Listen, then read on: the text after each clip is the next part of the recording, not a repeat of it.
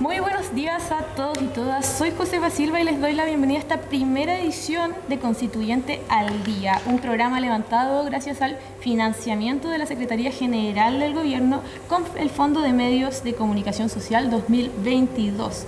Pero antes de comenzar, primero le queremos dar las gracias al Centro Cultural Tío Lalo Parra por prestarnos el espacio en el que estamos hoy y además presentar a nuestros invitados. Conmigo se encuentra presente el concejal de la comuna de Cerrillos, el doctor Luis Leiva, y también Marco Arellano, ex constituyente independiente por el Distrito 8. Muy buenas tardes y gracias por la disposición de participar con nosotros en este programa. Muchas gracias por la invitación. Para comenzar y haciendo un repaso de lo que se vivió el pasado 4 de septiembre, ¿cuál es la lectura de cada uno en cuanto al rechazo de la nueva constitución propuesta? ¿Qué fue lo que ustedes entienden que quiso dar a conocer la ciudadanía con esta decisión? Recordemos que la comuna de Cerrillos rechazó la nueva constitución con un 53,98% de los votos. Vamos a partir mirándolo desde la comuna, una visión desde la comuna de Cerrillos y después pasamos a la visión de distrito. Hola Josefa, bueno, en realidad como a nivel país en la comuna es parte del análisis que todavía se está haciendo, digamos, el por qué pasó, digamos, lo que pasó en esta comuna que ganó el rechazo, que es principalmente yo creo porque no tuvimos la capacidad, yo trabajé por el apruebo, ¿ya?, de instalar los temas que podían producir un Chile mejor, transformador. Reconocemos, digamos, desde nuestra parte una autocrítica en ese sentido de no poder instalar en la ciudadanía, en el pueblo nuestro, esos temas que para nosotros eran muy importantes. Yo creo que influyeron múltiples factores. Creo que uno de los primeros factores que influyó fue precisamente lo que decía Luis, de que no logramos transmitir con claridad, en términos concretos, qué beneficios traía para la gente en términos materiales en la aprobación de la nueva Constitución. También como organizaciones sociales y como los sectores que queremos cambiar un poco este modelo, tenemos un déficit en cuanto a la capacidad de medios de comunicación. No tenemos medios de comunicación, no tenemos formas de llegar a la gente. No nos hemos especializado, por ejemplo, en plataformas digitales como YouTube. La gente del rechazo, más de un año haciendo campaña por el rechazo en YouTube, pagando publicidad, generando los algoritmos, y nosotros hicimos campaña 2 meses, ya un poco cuando la suerte estaba echada. Y en términos de contenido de fondo, yo creo que desde la convención y haciendo una autocrítica así como concreta, abordamos ciertas materias que no tenían respaldo ciudadano, no tenían legitimidad democrática, por ejemplo la plurinacionalidad. Había muchas demandas, por ejemplo, en términos de género, en términos de educación, en términos de medio ambiente, que se venían trabajando muchos años por las organizaciones, pero la plurinacionalidad no fue tal el caso, no se venía trabajando, y en muchos casos yo creo que eso influyó para un voto rechazo a pesar de todo el resto del texto. Fue determinante entonces. Sí, yo creo que fue determinante en términos de contenido. ¿Y la desinformación también fue un factor clave en los resultados del pasado plebiscito de salida? Si uno, claro, mira hacia atrás, se da cuenta de los problemas que tenía el texto, digamos, del que Marco fue uno de los redactores, digamos, impulsores de eso, que abarcaba casi todas las temáticas.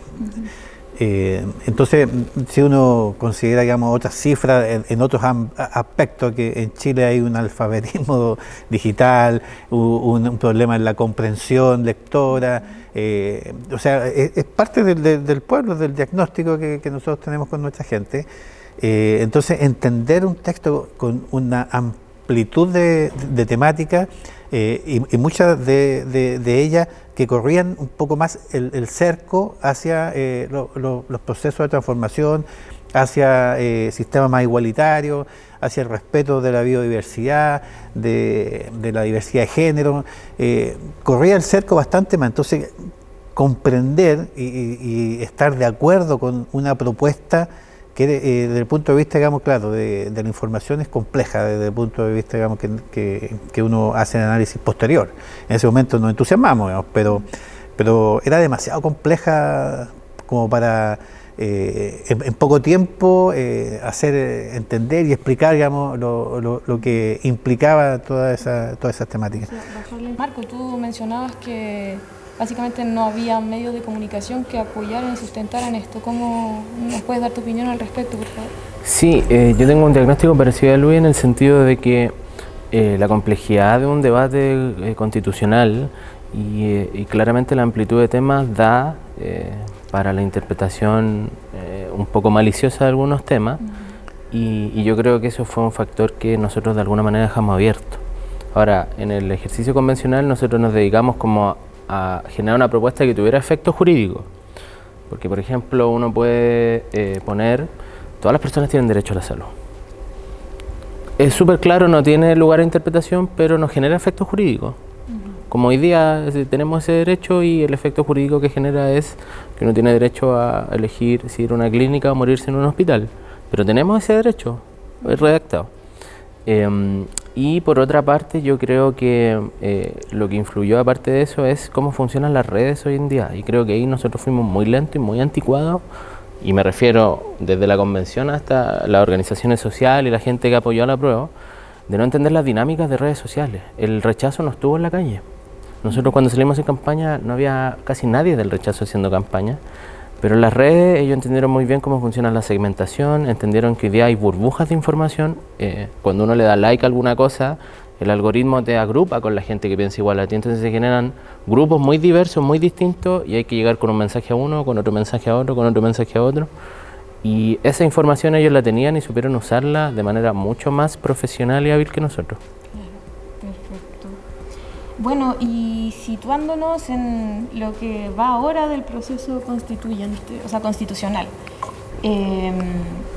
¿cómo se perciben los ánimos en los vecinos de la comuna de Cerrillos y también en el Distrito 8? Y si hay miradas positivas al respecto, o la gente tiene una visión pesimista, que es más de lo mismo, o una visión de malestar con respecto a este proceso. Sí, si uno quiere ser duro con el análisis, porque perdimos, digamos, nosotros estamos en el lado que perdió, ¿ya? Y con un apabullante acá, digamos, fue un poquito menos apabullante, pero igual fue una pérdida. Probablemente no hay un encantamiento de la población con un proceso constituyente, ¿ya? Yo creo que eso es parte también de que saliera a votar, digamos, toda la población en forma obligada, ¿ya? Casi la mitad de la gente en los procesos normales, digamos, que habíamos tenido, no va a votar, ¿ya? Por lo tanto, toda esa gente que no va a votar es porque no le interesa, digamos, mayormente de los temas, o están en grupos más del extra sistema, ya no están metidos en la dinámica de la participación en términos de voto. Entonces, toda esa población que sale a votar no tiene un enganche con los procesos ciudadanos, con los procesos constituyentes, con las temáticas que se plantean. Entonces, yo creo que en este momento, después del proceso que se vivió, digamos, del rechazo que ganó, yo creo que no hay un ánimo. Incluso nosotros que trabajamos por el apruebo acá en la comuna, vemos esto como más alejado, porque se volvió un proceso más cupular, más de cúpula, digamos, en el Congreso, los partidos políticos, ¿ya? Entonces, no, vemos que como que se aleja un poco más, digamos, de lo que estaba alejado, se aleja más de la gente probablemente. Entonces, como yo he mencionado, digamos, es un proceso que desde el punto de vista, por lo menos de lo que yo veo, está estancado. El nuevo proceso está en un estancamiento que no se ve, digamos, por dónde pueda fluir algo que sea de interés popular. ¿Coincide con el ex concejal? O sea, el concejal, perdón. Con Duino, así. Sí, en parte sí. Como partiendo de la historia de este proceso, para el estallido social y las movilizaciones, no era una demanda transversal el cambio de la Constitución. Si bien era una demanda que las organizaciones, el mundo más organizado venía apujando hace tiempo, en virtud de los hechos claramente no era algo que la sociedad pedía, y la sociedad lo que pedía en términos concretos era soluciones inmediatas a temas que consideraba que eran abusos inaceptables. Entonces el proceso partió, el Acuerdo por la Paz fijó las bases para un proceso constitucional, pero la debilidad que tuvo es que no fijó políticas públicas para solucionar los temas concretos. Entonces, un acompañamiento que también diera respuesta a las demandas sociales inmediatas. Y toda la energía de ese proceso se encausa en una respuesta a largo plazo, que no es concreta en términos de dar una solución efectiva a lo que la gente pedía en el momento. Que iba desde la impugnación del gobierno a medidas concretas para tener una mejor calidad de vida en términos inmediatos. Y a partir de ese proceso, bueno, se generó la convención, las organizaciones que apoyaban el proceso y que estaban movilizadas dejaron de movilizarse, dejaron de apoyar el proceso, como que se descansó totalmente en la convención. Y hay un tema también de experiencia política, un tema de, porque fue política de alto nivel, con todos los focos encima, con una presión desde el empresariado, desde los medios de comunicación, y sin apoyo popular. O sea, durante el proceso no hubo apoyo popular, no hubo organización ni trabajo en red que bajara la información, se generó como un corralito, por así decirlo, entre la pega que estábamos haciendo nosotros, se perdió la conexión. Y bueno, ahora el resultado post plebiscito da a entender que mucha gente votó rechazo porque le prometieron que iba a haber un nuevo proceso. No sé si toda la gente votó rechazo, el 60%, pero hubo un porcentaje de ese importante que sí creyó que una que nos una, rechaza por una mejor, etcétera, y dijeron, bueno, ya va a haber otra oportunidad.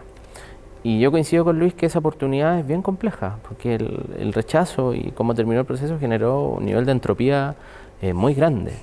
Y los actores políticos están con la calculadora en la mano, viendo cómo ganan más, cómo ganan menos, pero es muy difícil encontrar condiciones que satisfagan a todos los partidos que están en esa negociación ahora. Y yo creo que deberíamos también quizás empezar a hacernos la idea que probablemente nos quedemos con la Constitución del 80. Yo creo que ese escenario se abre cada vez más. Mientras más tiempo pasa, entonces es más probable que no se haga nada. Es que hay menos incentivo para que pase, la gente ya como que va soltando, las encuestas dicen que va bajando el interés en... los actores políticos no están pensando a largo plazo, están pensando a corto plazo, el bono, la retribución más inmediata, porque el escenario es tan incierto que no hay incentivo a pensar en largo plazo, y un proceso constituyente es un proceso a largo plazo. Entonces como que hoy día es como que todos es un muerto que están cargando y quieren cómo solucionarlo, pero más incentivo que eso no tienen. Pasando a otra pregunta, ¿cuáles serían, según lo que ustedes han visto y escuchado, las principales preocupaciones de la población de Cerrillos y del Distrito 8 en cuanto a lo que se debería o no se debería incluir en una nueva constitución? ¿Qué es lo que debería cambiar con respecto al proceso anterior? Concejal. No sé si tú recorres Cerrillos, ya, y le preguntas a la gente cuál es su principal preocupación hoy, son los dolores de hoy, digamos, que uno es la delincuencia, que ha aumentado igual, ya, entonces esa principal problemática que es la delincuencia, ¿cómo tú lo asocias a un proceso constitucional? O sea, ¿cómo vinculas ese principal dolor que tiene la ciudadanía en la comuna de Cerrillos y probablemente en muchas otras con este otro proceso? Digamos, ¿cómo es la vinculación? Entonces, esa es la dificultad de decirle, mire, con esta constitución, una probable nueva constitución, usted va a tener soluciones a los problemas que tiene hoy. Como decía Marco, son aspectos de inmediatez o de largo plazo. Entonces, hay una dificultad, Entonces, claro, si tú dices, la salud, sí, puede mejorar la salud, las pensiones, bueno, ayer se presentó una reforma al sistema previsional, que no va asociado al proceso constituyente. Entonces, claro, porque el país tiene que seguir funcionando, pero es difícil asociar las preocupaciones principales de la gente hoy a un proceso constituyente que, como decía Marco, es de largo plazo. Entonces es una dificultad.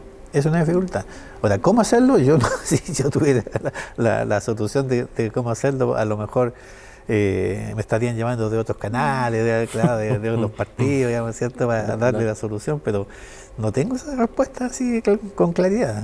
Más que nada debería también haber una voluntad política de hacer soluciones inmediatas para poder apoyar un proceso a largo plazo. Claro, acá en Cerrillos el municipio se puso con el apruebo, la alcaldesa estuvieron trabajando, ya, y aún así no se logró un resultado distinto. Entonces, en este nuevo proceso, esa dificultad se mantiene. ¿Ya? Y como te digo, no tengo una respuesta como para darte así exactamente cómo hay que hacerlo. Y Marco, ¿cuál es tu opinión? ¿Coincides con el concejal? Sí, coincido y hay un tema que tiene que ver con lo material. O sea, la gente hoy está preocupada de soluciones materiales a temas concretos, como la calidad de vida, el precio de las cosas, el tema de seguridad claramente, incluso el tema de la migración. Y ahí uno hace el análisis, por ejemplo, de los valores que eran preponderantes en el periodo del estallido social. Uno hacía encuestas y preguntaba qué valores son más importantes. Igualdad, derechos sociales, cambio político, etcétera. Y hoy día hace esa pregunta y orden, seguridad, migración, precio de las cosas. Cambió mucho la configuración de prioridades y la convención abordó temas que son postmateriales, principalmente. O sea, habían soluciones concretas a temas materiales, pero como lo que se mostró, como la pompa de la convención, fue temas de género, igualdad de género, temas de medio ambiente, temas de pueblo originario, que si la gente no tiene resueltas sus necesidades materiales, no tienen sentido para la gente. Es como un tema anexo, y aquí yo voy a hacer la autocrítica más grande de nuestro sector, que nosotros sí podemos hablar de eso porque de alguna manera sí nuestra generación tiene más resueltas las necesidades materiales que otros sectores y otras generaciones y otros segmentos de la población. Y se ha dado muchos fenómenos que yo he visto en redes que obviamente se entiende por la frustración que genera, como de cuestionar un poco a la gente por pensar eso. Bueno, se nos ha acabado el tiempo y realmente les agradezco a nuestros dos participantes por venir y darnos su opinión y su visión. Les recordamos a nuestro público que este programa fue financiado por la Secretaría General de Gobierno junto con el Fondo de Medios de Comunicación Social 2022. Muchas gracias y que tengan buen día.